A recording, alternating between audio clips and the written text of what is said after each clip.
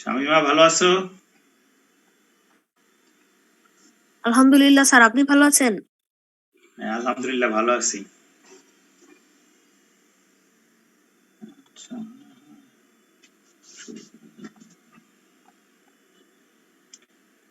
এই যে প্রবলেমটা দিয়েছে 3 নম্বর প্রবলেম সরল লেখা, এটা তো তেমন কঠিন কিছু না।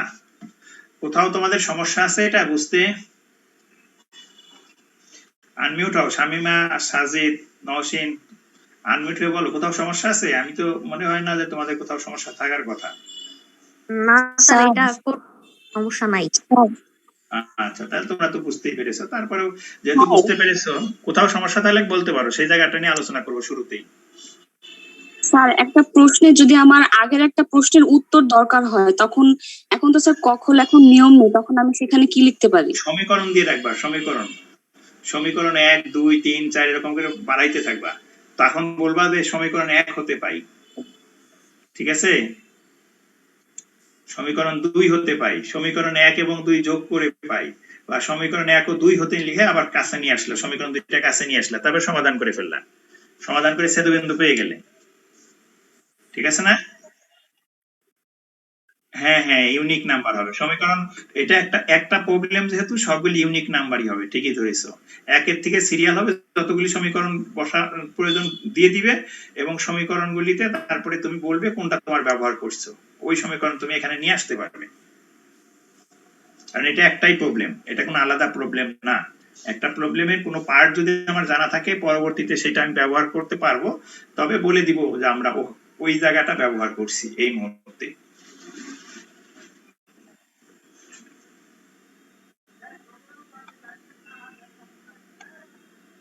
আচ্ছা, আর কারো কোনো কথা সমস্যা?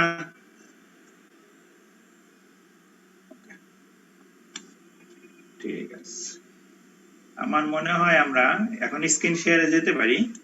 কেউ আসলে আমরা ইন করাই নিব।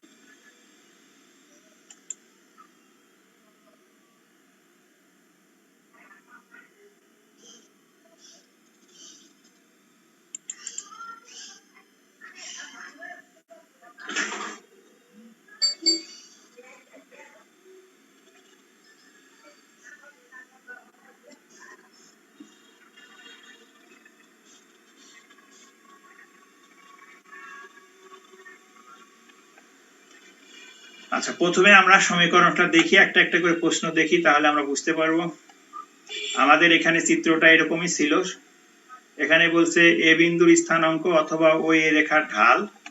তো এখানে আমাদের এই প্রবলেমে কেউ বলতে পারবে যে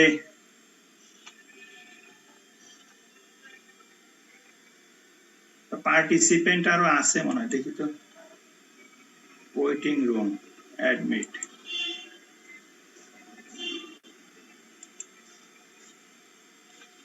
এখন কি হয়েছে, বাড়ছে? এখানে আমাদের সবচেয়ে গুরুত্বপূর্ণ একটা বিন্দু দিয়েছে, সেই বিন্দুটা এখানে বলতে পারো কোন বিন্দুটা সবচেয়ে গুরুত্বপূর্ণ আমাদের, যেটার ব্যবহার আমরা করে বেড়াচ্ছি, কিন্তু সেটা এখানে কোনো এরকম তেমন কোনো উল্লেখ নাই। কিন্তু সেইটা ছাড়া কিন্তু সম্ভব না আমাদের এই সমস্যা। হ্যাঁ হ্যাঁ, মূল বিন্দু, ঠিকই ধরেছো তুমি। এই মূল বিন্দুটা দেখো, কোনো জায়গায় কোনো কিছু উল্লেখ করে নাই, কিন্তু মূল বিন্দুর ব্যবহার সর্বত্র।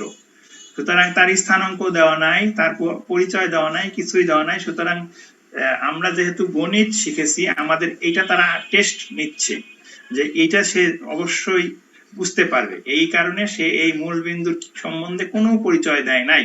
এ বিন্দু সম্বন্ধে কিন্তু পরিচয় দিয়েছে। এরপরে দেখো ওসি রেখার সম্বন্ধে পরিচয় দিয়েছে। এই যে লম্ব দ্বিখণ্ডক ডি বিন্দু যে এদের মধ্যবিন্দু, তার পরিচয় দিয়ে দিয়েছে। আবার এই দূরত্বটা, এটারও পরিচয় দিয়েছে, যেগুলি আমরা ব্যবহার করব। কিন্তু মূল যে জিনিস আমরা যার সাহায্য নিয়েছি, ও বিন্দু এর কোনো ব্যবহার আমাদের কোনো কোথাও এরকম শুধু বলে দিছে এটা একটা চতুর্ভুজ বা এখানে অক্ষ রেখাদ্বয় বলা আছে, এখান থেকে আমরা বুঝতে পেরেছি ও বিন্দুর স্থানাঙ্ক হচ্ছে 0 0। এটা আমাদের হেল্প করবে এই যে বাকি প্রবলেমগুলি। এ বিন্দুর স্থানাঙ্ক, তো এ বিন্দুর স্থানাঙ্ক বের করতে গেলে কোনটা বের করেছো আগে তোমরা, এ বিন্দু না ও এ সরলরেখার ঢাল, কোনটা বের করেছো? স্যার এ বিন্দু বের করতে। আচ্ছা, এ বিন্দু কিভাবে বের করবো আমরা? এ বিন্দুটা কিভাবে বের করেছি? ভেরি গুড, ও এ দূরত্ব দেওয়া আছে, সুতরাং আমরা এই যে স্থানাঙ্ক দিয়ে দূরত্ব আর এই যে দূরত্ব √80 দেওয়া আছে, সুতরাং স্থানাঙ্ক দিয়ে যখন করতে গিয়েছি ভেরিয়েবল ছিল আমার এ এক্স কে, তাহলে 5k² এসেছিল 80, এই তো। সেখান থেকে কে এর মান আমরা কি নিয়েছি? স্যার 4 নিয়েছি পজিটিভ। 4 নিয়েছি। কেন 4 নিয়েছি? প্লাস মাইনাস তো হওয়ার কথা ছিল, যেহেতু k² ছিল, কিন্তু আমরা নিয়েছি 4, কারণ কি? কারণ স্যার এই বিন্দুটা বাম পাশে অবস্থিত। বাম পাশে অবস্থিত কে, এই কারণে আমরা নিয়েছি। আর কোনো আর কেউ অন্য কোনো লজিক? ভেরি গুড, এই দেখো সাথে সাথে কে এর পরিচয় বলে দিয়েছে ওরা, যে এই ভুলটা কেউ করতে পারে, যেন ভুলটা না করে প্লাস মাইনাসের সম্বন্ধে কোনো কনফিউশন না থাকে, এই জন্যই বলেছে কে ধনাত্মক, কে এর মান ধনাত্মক হবে, এই জন্য 4 নিব আমরা প্লাস মাইনাস লিখবই না এই ক্ষেত্রে, পাশে শুধু এই শর্তটা দিয়ে দিব কে গ্রেটার দেন 0, হ্যাঁ, কে ইকুয়াল টু 4 নিয়ে নিলাম, তাহলে আমরা এই বিন্দুর স্থানাঙ্ক পেলাম। তারপরে আমাদের এই যে দেখো ও এর সরলরেখার ঢাল দুইটাই লাগবে, আগে আর পরে যেটাই বের করি আমার পরেরটাও লাগবে। ও এর রেখার ঢাল করা পর্যন্ত গেলে আমরা 2 করতে 2 হয়ে যাবে আমাদের মার্কস। তো ঢাল তো আমরা জানি দুই বিন্দুর কি ঢালের সূত্র কি, দুইটা বিন্দু দেওয়া থাকলে ঢালের সূত্র কোনটা হবে? y2 minus y1 ভাগ x2 minus x1। হ্যাঁ, ভেরি গুড। এখানে কোটিদ্বয়ের অন্তর্ভাগ ভুজদ্বয়ের অন্তর, ঠিক আছে, আমরা কোটিদ্বয়ের অন্তর্ভাগ ভুজদ্বয়ের অন্তর করলে পাবো। ঢাল কত পেয়েছি?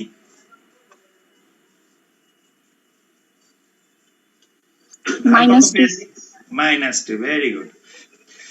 তাহলে আমাদের ওই ফর্মুলা আমরা কিন্তু ওইটা, আমি যদি কে এর মান নাও জানা থাকে তবু ওই ফর্মুলা দিয়ে আমরা কিন্তু করলেও আমার -2 আসবে, সুতরাং আগে আর পরেই করি -2 আসবে। এবার এবি সরলরেখার ঢাল, এবি সরলরেখার ঢাল, এবি আমি ও এ রেখার ঢাল পেয়েছি, এবি সরলরেখার ঢাল চাচ্ছি। আমি যদিও এখানে একটা চিহ্ন দেই নাই, কিন্তু তোমাদের ইয়েতে চিহ্ন দেওয়া ছিল, সেই চিহ্ন দিয়ে তোমরা কি বুঝেছো? এখানে যে একটা চিহ্ন ছিল এরকম, সেই চিহ্নের মাধ্যমে তোমরা কি বুঝতে পেরেছিলে? ও এ এবং এবি এর মধ্যে সম্পর্ক কি? লম্ব, পরস্পর লম্ব। Very good, 90 degree. সুতরাং ও এ রেখার ঢাল যদি আমার হয় -2, তাহলে এবি রেখার ঢাল কত হবে? +2, কারণ গুণফল হতে হবে কত? +2 কেন? +2 কেন? গুণফল কত হবে? ঢাল দ্বয়ের গুণফল -1 -1, তাহলে কত হয়ে হতে হবে? তাহলে কত হতে হবে? হাফ। +2 হলে কি হবে? +2, হ্যাঁ, হাফ হবে। ভেরি গুড, 2 হবে না, হাফ হবে, তাহলে গুণফল হবে -1। সুতরাং আমি এই যে দ্বারা পরস্পর লম্ব এই সম্পর্ক থেকে এবি রেখার ঢালও বের করে ফেললাম, আমার 3 হয়ে গেল এবি রেখার সমীকরণ।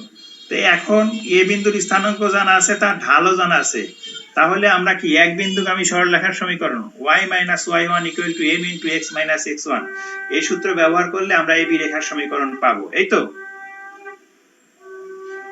নাকি অন্য কোনো সূত্র আছে? আর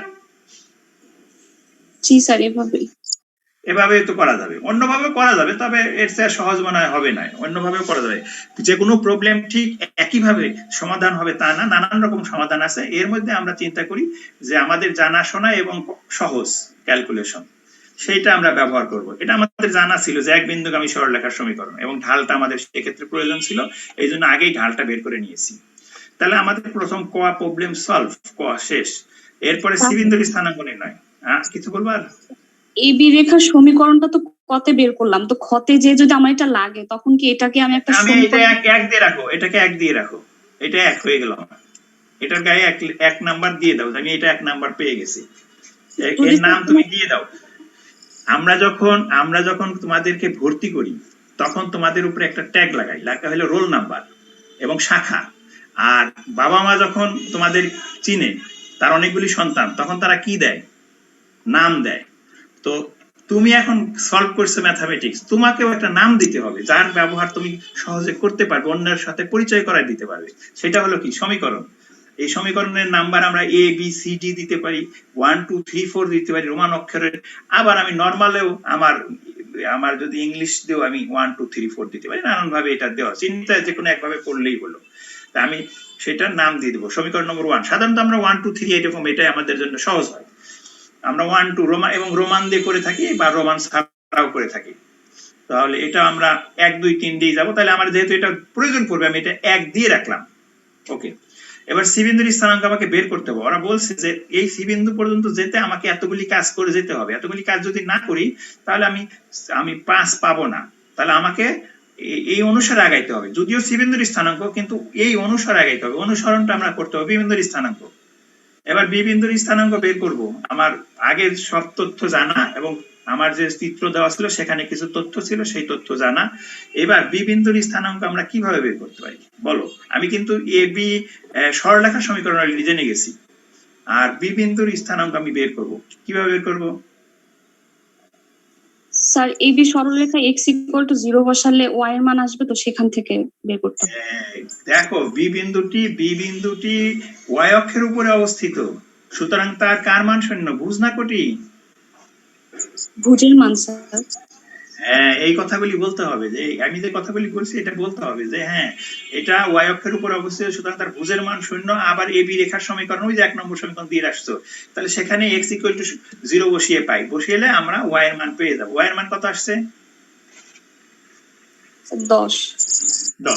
তাহলে আমরা বি বিন্দুর স্থানাঙ্ক কত পেলাম? 0 10। 0 10, কারণ আমি তো ভুজের মান আগেই পেয়ে গেছি, যেহেতু এটা ওয়াই অক্ষের উপর আছে, এটা 0ই হবে, সে যেখানেই তার অবস্থান হোক। তাহলে আমি বি পেয়ে গেলাম। তারপরে বলছে ওসি রেখার ঢাল। ওসি রেখার ঢাল আমরা বের করতে পারবো। ও বিন্দুর স্থানাঙ্ক জানি, সি বিন্দু আমরা বের করতে পারি নাই, কিন্তু ঢাল আমাদের বের করতে বলছে। তাহলে কিভাবে বের করব? কেউ বলতে পারো? ওসি রেখার সমান্তরাল একটা সমান্তরাল রেখা। হ্যাঁ, এই যে ক্লু দিয়ে দিয়েছে, ওসি রেখার সমান্তরাল রেখা দেওয়া আছে, সুতরাং এই রেখার ঢাল এবং ওই ওসি রেখার ঢাল একই হবে। তাহলে লিখতে হবে যে ওসি রেখার সমান্তরাল রেখা হলো এই রেখার ঢাল কত আসছে? এই রেখার ঢাল আসছে কত? 3 স্যার। 3। সুতরাং ওসি রেখার ঢাল কত হবে? 3 হবে। এই তো, সমান্তরাল যেহেতু সমান হবে, ঢালটা সমান। আচ্ছা, ডি বিন্দুর স্থানাঙ্ক বলো। স্যার এখানে তো বি বিন্দুর স্থানাঙ্কটা আমার পরে লাগবে, তো এখানেও কি আমি একটা সমীকরণের সাহায্যে এটাকে প্রকাশ করব? বি বিন্দুর স্থানাঙ্ক। আচ্ছা, তুমি এই সাধারণত স্থানাঙ্ক সমীকরণ হয় না, ওই বললেই হবে বি বিন্দুর স্থানাঙ্ক, আবার লিখে নিবে যে আমরা জানি বি বিন্দুর স্থানাঙ্ক। আচ্ছা, ক্লিয়ার? সমীকরণ সাধারণত সমীকরণই হয়, যেগুলি এক্স ওয়াই দিয়ে আসছে, এরকম আর কি, যোগ বিয়োগ থাকে সাথে, ওই সমীকরণগুলিকে আমরা চিহ্নিত করি সমীকরণ। আর এরকম বিন্দু থাকলে আমরা বলে দিই যে এই বিন্দুর স্থানাঙ্ক তো এত, আমি জানি এটা, সেই বিন্দু আমি বি বিন্দুর স্থানাঙ্ক এত, অসুবিধা নেই, তোমাকে আর বের করতে হবে না। এরপরে বলছে ডি বিন্দুর স্থানাঙ্ক। তো ডি বিন্দুর স্থানাঙ্ক আমরা বের করতে গেলে আমাদের যেটা লাগবে, ডি এর পরিচয় দিতে হবে। ডি কি? এ বি এর কি? ডি হলো এ বি এর কি? মধ্যবিন্দু। তো মধ্যবিন্দু ইউজ করলে, কারণ আমি এ এবং এই যে বি স্থানাঙ্ক অলরেডি জেনে গেছি, সুতরাং আমি তাদের মধ্যবিন্দুর স্থানাঙ্ক ডি হয়ে যাবে। ডি এর স্থানাঙ্ক কত আসছে? -29। -29। Very good. তাহলে হয়ে গেল, সাদিদ বের হয়ে গেছিল নাকি? ঠিক আছে, তাহলে -29 আমরা পেয়ে গেলাম ডি বিন্দুর স্থানাঙ্ক। এবার ওসি রেখার সমীকরণ, ওসির সমান্তরাল রেখা দেওয়া আছে, সুতরাং তার রেখার সমীকরণ আমরা প্লাস কে দিয়ে করতে পারবো, যেটা দেওয়া ছিল সমান্তরাল রেখা, সেখানে ধ্রুবক চেঞ্জ করে শুধু কে দিয়ে দিব। তার মানে আমি 3x - y + k = 0, বাট এটা মূল বিন্দু দিয়ে যায়, মানে 0 0 দিয়ে যায়, সুতরাং সেখানে আমরা কে এর মান পেয়ে যাব 0। সুতরাং আমি দেখতে পাচ্ছি যে আমার ওসি রেখার সমীকরণ তাহলে কি আসলো? 3x - y = 0। এটাকে আরেকটা সমীকরণ দিয়ে রাখতে পারো। এটা আমার 2, সমীকরণ নম্বর 2। ও সি রেখার সমীকরণ। ক্লিয়ার? এরপরে বলছে ডি বিন্দুর স্থানাঙ্ক এবং ও সি রেখার সমীকরণ। তাই অলরেডি এই দুটি আমরা বের করে ফেলছি, সুতরাং আমি 3 পেয়ে গেছি অলরেডি, যদি কেউ এই পর্যন্ত কমপ্লিট করে। এরপরে ডিসি সরলরেখার সমীকরণ। এবার ডি বিন্দু জানা আছে, সি বিন্দু জানা আছে, তাহলে দুই বিন্দুকে আমি সরলরেখার সমীকরণ দিয়ে আমরা সমীকরণটা বের করতে পারবো। এই সমীকরণটার নাম দেওয়া 3 নম্বর সমীকরণ। ক্লিয়ার? তাহলে আমি 4 পেয়ে গেলাম। এই পর্যন্ত কমপ্লিট করলে এই ক্ষয়ে আমাকে 4 দিবে। এরপরে বলা হয়েছে যে আমি যে বের করলাম দুইটা সমীকরণ, একটা হলো ওসি আর একটা হলো ডিসি, এদের সমাধান করব, সমাধান করে সি বিন্দুর স্থানাঙ্ক পাবো। এই পর্যন্ত করতে পারলে আমার টার্গেট হয়ে গেল সি বিন্দুর স্থানাঙ্ক, তখন আমাকে 5 দিবে। তো সমাধান করলে এক্স এবং ওয়াই এর মান পাবে। করছো? এক্স এবং ওয়াই এর মান কত কত পেয়েছো বলতে পারো কেউ? সি বিন্দুর স্থানাঙ্ক 1 3। Very good. সমাধান করলে 1 3 আসবে খুব সহজেই, ওই যোগ করলে পরেই হয়ে যায়। একবার যোগ করলেই আমরা এক্স এর মান পাই, সেখানে এক্স এর মান বসিয়ে দিলে ওয়াই এর মান চলে আসে। এরপরে বলছে সমকোণী ত্রিভুজ। আমরা তো ওখানে লম্ব দেখেছিলাম, আমি যদিও লম্ব চিহ্নটা চিত্রে দেই নাই, এই যে এখানে কিন্তু লম্ব চিহ্ন দেওয়া আছে চিত্রে, সুতরাং এইটাও তাহলে সম্ভব। তাহলে এই যে বিসিডি এটা একটা সমকোণী ত্রিভুজ, এর এই কোণটাকে আমাকে নির্ণয় করতে বলা হয়েছে, এই সি কোণটাকে নির্ণয় করতে হয়েছে। এখন দুইটি রেখার মধ্যবর্তী কোণ, এটার সূত্র তোমাকে জানতে হবে। কেউ জানো দুইটি রেখার মধ্যবর্তী কোণ বের করতে গেলে আমার কি কি লাগবে?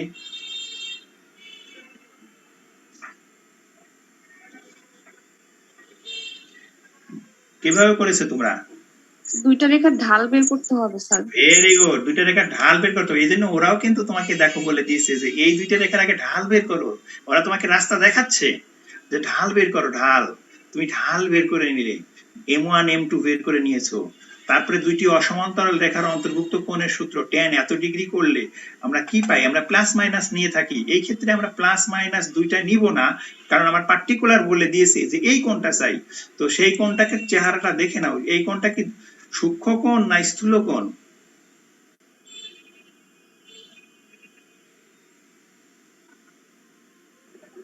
হ্যাঁ, সূক্ষ্ম কোণ। সুতরাং আমি প্লাস চিহ্ন নেব না মাইনাস চিহ্ন নিব?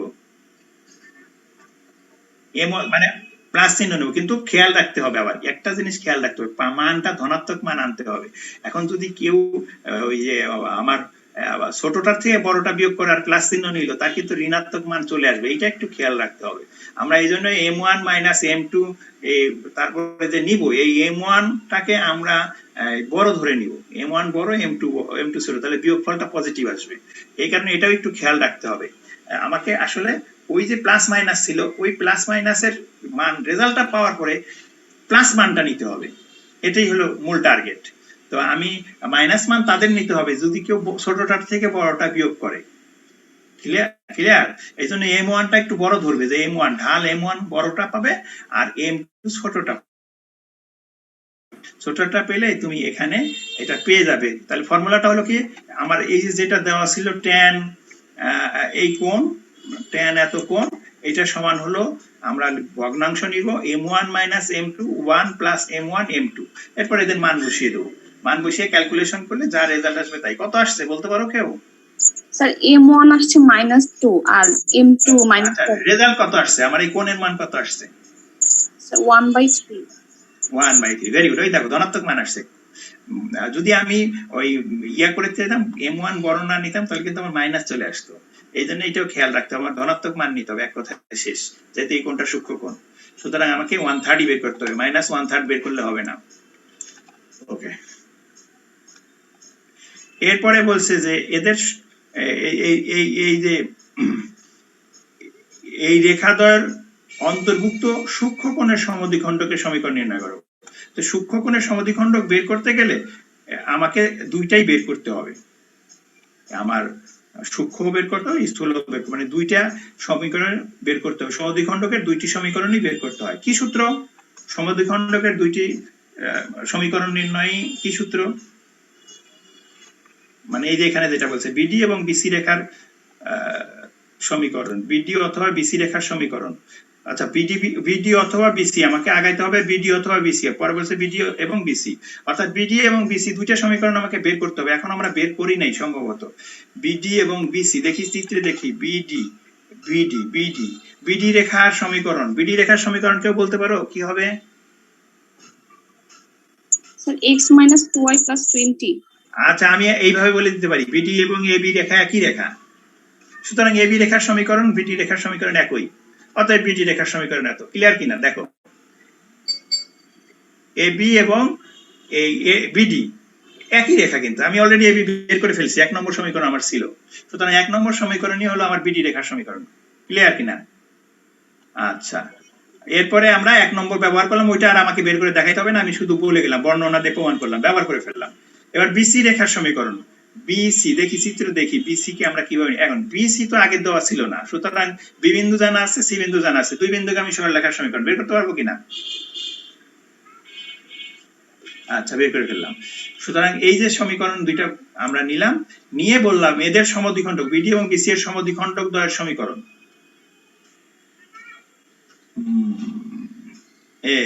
এই পর্যন্ত আমরা আসছি, দুইটাই বের করছি, দুই, আমাদের দুই হয়ে গেল। তারপরে বিডি এবং সি অন্তর্ভুক্ত কোণের সমদ্বিখণ্ডকের সমীকরণ। এই সমদ্বিখণ্ডকের সমীকরণের একটা সূত্র আছে, কি হবে বলতো? আমি ধরে নিলাম 1 নম্বর ইকুয়েশন, 2 নম্বর ইকুয়েশন, কি করতে হয়? 1 নম্বর ইকুয়েশন ভাগ কি নিতে হয়? x আর y এর সহগদ্বয়ের বর্গের very good, root over x এর সহগ square plus root over y এর সহগের স্কয়ার, তারপর সমান চিহ্ন দিয়ে কি নিতে হবে? সমান চিহ্ন দিয়ে কি করতে হবে? সমান চিহ্ন নিয়ে কি নিতে হয়? প্লাস মাইনাস নিতে হবে, কারণ দুইটা বের হবে, একটা ধনাত্মকের সূক্ষ্মকোণ আর একটা হলো স্থূলকোণের দ্বিখণ্ডক। সুতরাং সূক্ষ্মকোণের দ্বিখণ্ডক আর স্থূলকোণের দ্বিখণ্ডক, এই জন্য প্লাস মাইনাস চিহ্ন নিতে হবে, দুইটা বের হবে। তাহলে আমি জানি না কোনটা কি, পরে আমরা টেস্ট করে পাবো। তো প্রথমে এই দুইটাই বের করবো, প্লাস মাইনাস চিহ্ন নিয়ে তাহলে আর একটা সমীকরণকে ভাগ দিব হলো ওই আগের মতো, রুট ওভার এক্স এর সহগ স্কয়ার প্লাস ওয়াই এর সহগ স্কয়ার, অর্থাৎ ওই যে আমি যে বিডি আর বিসি বের করেছিলাম, একবার নিব বিডি সমীকরণের ভাগ তার সহগ, প্লাস মাইনাস দিয়ে বিসি সমীকরণের ভাগ তার সহগ, একবার প্লাস চিহ্ন নিয়ে একটা সমীকরণ পাবো, মাইনাস চিহ্ন নিয়ে একটা সমীকরণ পাবো, হয়ে গেল আমার 3। এরপরে যেটা লাগবে সেটা হলো সূক্ষ্মকোণের সমদ্বিখণ্ডক। এবার সূক্ষ্মকোণের সমদ্বিখণ্ডক আমি বুঝবো কিভাবে? তার একটা ফর্মুলা ছিল, কি ফর্মুলা? a1 a2 হ্যাঁ, আমাকে ওই সহগ বের করতে হবে। a1 হলো x এর সহগ, a2 হলো x এর সহগ, মানে দুইটা সমীকরণ তো আলাদা, a1 এবং a2 দুইটাই হলো x এর সহগ, আর b1 এবং b2 দুইটাই হলো y এর সহগ। সুতরাং a1 a2 b1 b2 এগুলি বের করে নিতে হবে, ওই আমি সমীকরণ থেকেই পাবো, তাদের সহগগুলি এরা। এরপরে ফর্মুলা হলো a1 a2 যোগ b1 b2, এটার ভ্যালু বের করতে হবে। ভ্যালু বের করেছি, ভ্যালু বের করার পরে কত রেজাল্ট আসছে? ধনাত্মক না ঋণাত্মক রেজাল্ট আসছে? ধনাত্মক। ধনাত্মক হলে এখন কি ফর্মুলায় কি বলে? এখন কি প্লাস চিহ্ন নিয়ে যেটা পেয়েছি সেটা সূক্ষ্মকোণের, না মাইনাস চিহ্ন নিয়ে যেটা পেয়েছি সেটা সূক্ষ্মকোণের? মাইনাস চিহ্ন, ভেরি গুড। তাহলে মাইনাস চিহ্ন নিয়ে টাই হবে আমার সূক্ষ্মকোণের সমদ্বিখণ্ডক, অতএব নির্ণেয় সূক্ষ্মকোণের সমদ্বিখণ্ডক। তখন আমরা ওই যে দুইটা বের করেছিলাম তার একটা লিখে দিলাম যে এটাই হলো সূক্ষ্মকোণের সমদ্বিখণ্ডক। তাহলে আমার 4 নাম্বার ছিল, আমি 4 পর্যন্ত কমপ্লিট করলাম। এরপরে আসছি আমরা এইটা, এটা তত কঠিন না, মাত্র মার্কস ওই জন্য কম, আচ্ছা 3 মার্কস মাত্র। হচ্ছে এই বিন্দু হতে এত একক দূরে এত এর সমান্তরাল রেখার সমীকরণ, ভেরি গুড। তাই বের করতে গেলে কি কি ধাপ আগাতে হবে ওরাই বলে দিচ্ছে। এবি রেখার সমান্তরাল রেখার সমীকরণ গঠন করো, ওই যে 1 নম্বরে আমরা এবি বের করে এসেছিলাম, তার সমান্তরাল রেখা আমরা নিতে পারি, শুধু ধ্রুবক চেঞ্জ করে প্লাস কে নিয়ে নিব, প্লাস কে ইকুয়াল টু 0, হয়ে গেল আমার। এই পর্যন্ত যে লিখতে পারবে সে এক। তারপরে বিন্দু থেকে উদ্দিষ্ট রেখার লম্ব দূরত্বের সমীকরণ গঠন, যদিও এটা বলছে আসলে দূরত্ব নির্ণয় হলেই হয়ে গেল। তারপরে এই বিন্দু থেকে এই যে এবি এর সমান্তরাল রেখা যেটা বের করলাম তার লম্ব দূরত্ব, এই লম্ব দূরত্বটা আমরা নিয়ে নেব, সমান সমান কত পাবো? লম্ব দূরত্বের ফর্মুলাটা কি?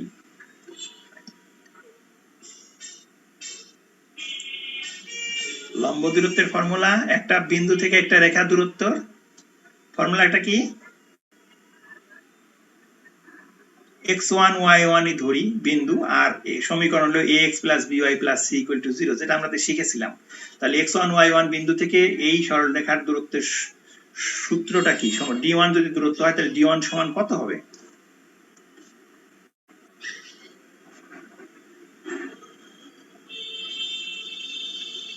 মনে আছে কি ফর্মুলা ব্যবহার করব? প্রথমে বিন্দু দিয়ে উপরে সিদ্ধ করাবো, এই তো বিন্দু দিয়ে উপরে সিদ্ধ করাবো আর মডুলাস নিয়ে নিব, উপরের মানটা মডুলাস নিয়ে নিব।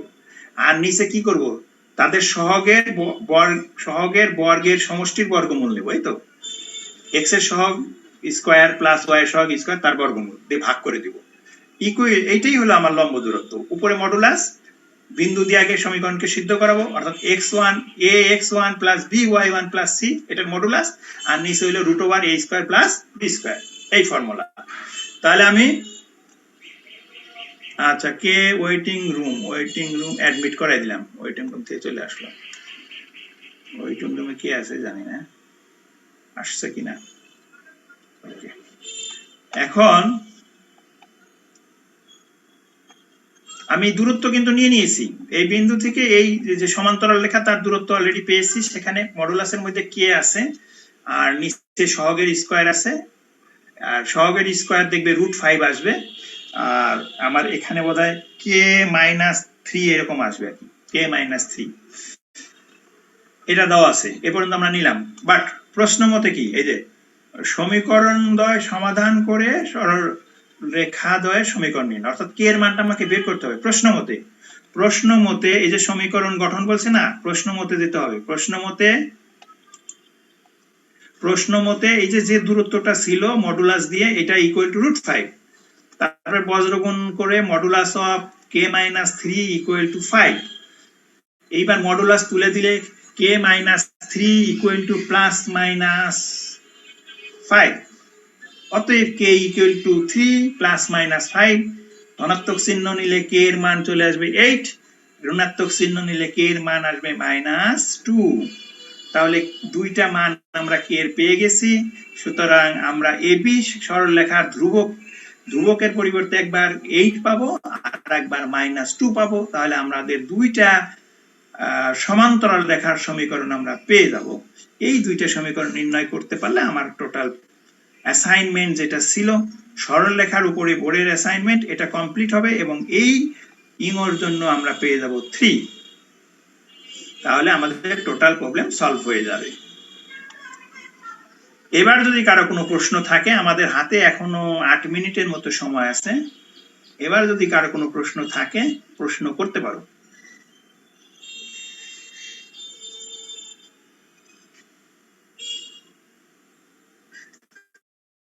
কার কোনো প্রশ্ন আছে?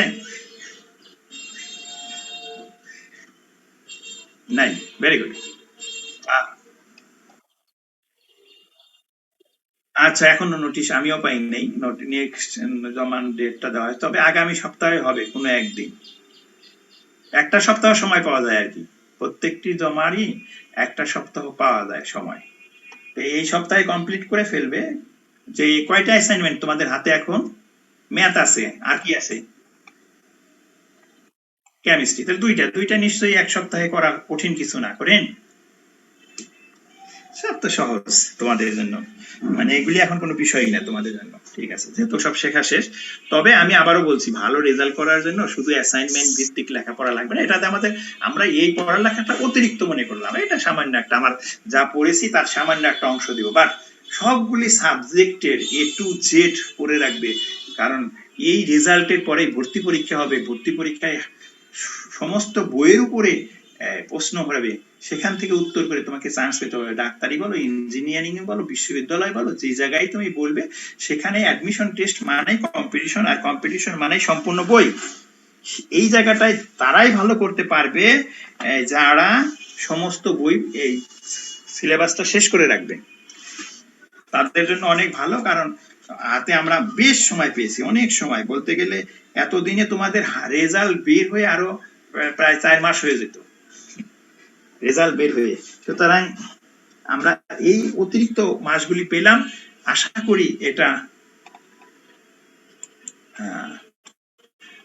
করি আমরা এটা কাজে লাগাবো, এই সুযোগটা কাজে লাগাবো। কারণ সেই ডিসেম্বরে পরীক্ষা হবে, তাও মাত্র এই 3টি বিষয়ের উপরে শর্ট নাম্বারিং এ অল্প কয়েকটা উত্তর দিতে হবে, হয়তো 6টা দেওয়া থাকলে 2টা অ্যান্সার করতে হতে পারে, বা 3টা অ্যান্সার করতে হতো, এর বেশি না। 1.5 ঘন্টার পরীক্ষা, তার হয়তো এমসিকিউ এ চলে যাবে তোমার কিছু সময়, অর্ধেক ঘন্টা, আর 1 ঘন্টায় হয়তো লিখিত নিবে, হয়তো 2টা কোশ্চেন নিতে পারে। সো এটা কোনো পরীক্ষা না, এটা মনে করো যে তোমার সবাই মনে করো এ প্লাস। বাট এই এ প্লাস দেখে তো আর ভর্তি হওয়া যাবে না। ভর্তি হতে হলে আমাকে আরেকটা পরীক্ষা দিতে হবে যেখানে সম্পূর্ণ বইয়ের প্রশ্ন আসবে। এই কারণে যার যেটায় ভর্তি হতে ইচ্ছুক, যেমন কেউ যদি মেডিকেলে হয়, একটু মেডিকেলের একটা গাইড বই কিনে নিবে, দেখবে পুরাতন প্রশ্ন কিভাবে এসেছে, সেইগুলি আগে প্রিপারেশন নিয়ে নাও, দেখবে তোমার নিজের অনেক অগ্রগতি হবে, এতে এমসিকিউ তে তোমরা বেশ লাভবান হবে। আর যারা ইঞ্জিনিয়ারিং দিবে তাদের ওই ইঞ্জিনিয়ারিং এর একটা গাইড বই কিনে নিতে হবে। যারা বিশ্ববিদ্যালয়ে দিতে চাও, বিশ্ববিদ্যালয়ের একটা গাইড বই কিনে নিবে। গাইড বইগুলি থাকলে দেখবে যে তোমার প্রিপারেশন নেওয়াটা অনেক সহজ হচ্ছে। তুমি বুঝতে পারছো যে কিভাবে পড়লে তোমার এখানে চান্স পাওয়া সম্ভব, কোন ধরনের প্রশ্ন তারা পছন্দ করে, হ্যাঁ, এটা তুমি জানতে পারবে, তোমার আগেই ধারণা থাকবে। আর কোচিং সেন্টার গুলিতে মূলত এই ধারণাই দেওয়া হয়। সুতরাং কোচিং সেন্টারে গেলেও কেউ যদি নিজে না পড়ে সে কিন্তু চান্স পায় না। যারা আসলে নিজে পড়ে সে কোচিং সেন্টারে গেলেও চান্স পায়, কোচিং সেন্টারে না গেলেও চান্স পায়। কোচিং সেন্টার একটা কাজ করে, যেমন আমরা স্কুলে যে কাজটা করি, পরীক্ষা নেই, ওরাও পরীক্ষাগুলি নিবে, অনলাইনেই পরীক্ষাগুলি নিবে। পরীক্ষাগুলি তুমি অ্যাটেন্ড করলে, নাম্বার দেখলে, প্রশ্নগুলি তোমার প্রিপারেশন নিলে পরীক্ষা দেওয়ার জন্য, তখন কিছু শেখা হলো। ওই যে শেখা, এই শেখাতে যে আগাবে সেই আসলে চান্স পাবে। কোচিং সেন্টার গুলিতে আসলে কিছু শেখানো হয় না, তবে পরীক্ষা নিয়ে টেস্ট করানো হয়, এই পরীক্ষার মাধ্যমে প্রস্তুতি করা হয়। এগুলি ওই গাইড বই দেখে পড়ে পড়েই স্টুডেন্টরা প্রস্তুতি নেয়। আশা করি সবাই ভালো থাকো, নেক্সট অ্যাসাইনমেন্টে আবার দেখা হবে। তো আজকের মতো এখানে শেষ করতে চাচ্ছি, নাকি কারো কোনো প্রশ্ন আছে? নাই, তাহলে আমরা স্টপ শেয়ারিং দিয়ে দিয়েছি। হার্নিয়ার মুক্তার, তুমি পরে জয়েন করছো 240, তুমি পরে জয়েন করেছো? তুমি এত দেরি করলে কেন? তুমি জানতে না আমি যে ভাইবারে দিয়ে দিয়েছিলাম, তারপরে ওরা এই একই কথা মেসেঞ্জারেও দিয়ে দিয়েছিল, তুমি কোনো গ্রুপের সাথে নাই? সময়টা ভুল দেখেছিলাম স্যার। আচ্ছা ঠিক আছে, সময় নিয়ে অনেক কথা হয়েছে, স্টুডেন্টরা অনেক বলেছে 2 শিক্ষক একই সময় টাইম দিলেন, আমরা কিভাবে ক্লাস করব। কিন্তু আমরা তো 2 জন আসলে 2 ভাগ করে নিয়েছি সিলেবাস, যে আমার যে নিয়েছে তার মেইন সাবজেক্ট বায়োলজি হবে না, আর বায়োলজি যে মেইন সাবজেক্ট তার ম্যাথামেটিক্স হবে না, কারণ একই টাইমে উভয় সাবজেক্ট পড়া সম্ভব। আর শামিমা, তোমাদের সেকশনে তুমি একা, আর কেউ জয়েন করলো না। তোমাদের সেকশনে তো মোট 14 জন গণিত আছে, কি অবস্থা, তারা জয়েন করে না কেন? কি জানি স্যার, ওরা ম্যাথ অনেক বেশি পারে নাকি আল্লাহই জানে। আচ্ছা ঠিক আছে, তাহলে তোমাকে যদি হেল্প চাই তুমি একটু হেল্প করো ওদেরকে, ঠিক জি আছে? স্যার, অবশ্যই স্যার, অবশ্যই। আচ্ছা, তুমি তো ক্লাসটা করেছো, বুঝতে পেরেছো। সুতরাং আমরা প্রত্যেকটি অ্যাসাইনমেন্টের উপরে একটা করে ক্লাস নিব। আমার রুটিনে এই মঙ্গলবারই দেওয়া আছে 9টায়। সুতরাং এই রুটিনে মঙ্গলবারে, আমার যদি মঙ্গলবারের আগেই দিয়ে দেয় তাহলে আমি মঙ্গলবারেই নিব। এছাড়া আমি দেখবো যে তোমাদের রুটিন যেদিন ফাঁকা আছে যদি ওইভাবে নিয়ে নিব, কারণ যদি তোমার মঙ্গলবার না আসে তাহলে তো আমার রুটিনে পেছলো না। তারপরে আমি ওই যেদিন তোমাদের ক্লাস নাই ওই দিনে হয়তো তোমাদেরকে জানাবো, জানানোর পর আমি আবার ক্লাসটা নিয়ে নিব এই তোমাদের এই অ্যাসাইনমেন্টের উপরে। তো তোমরা ভালো থাকো, ভালো প্রিপারেশন নাও। স্বাস্থ্যবিধি আসলে করোনার সময় যতটা মেনে চলতে পারো ততটাই ভালো, পরিবারের জন্য মঙ্গল, তোমার নিজের জন্য মঙ্গল, দেশের জন্য মঙ্গল। একজন অসুস্থ হলে পুরো পরিবারটার অবস্থাই ভালো থাকে না, অনেকজন ব্যস্ত হয়ে পড়তে হয় তার জন্য, এবং নানান টেনশন হয়। তো যত পর্যন্ত আমরা ভালো আছি, নিরাপদ আছি, ততদিনের জন্য সবাই সবার জন্য দোয়া করবে। আজকের মতো শেষ করছি, আল্লাহ হাফেজ।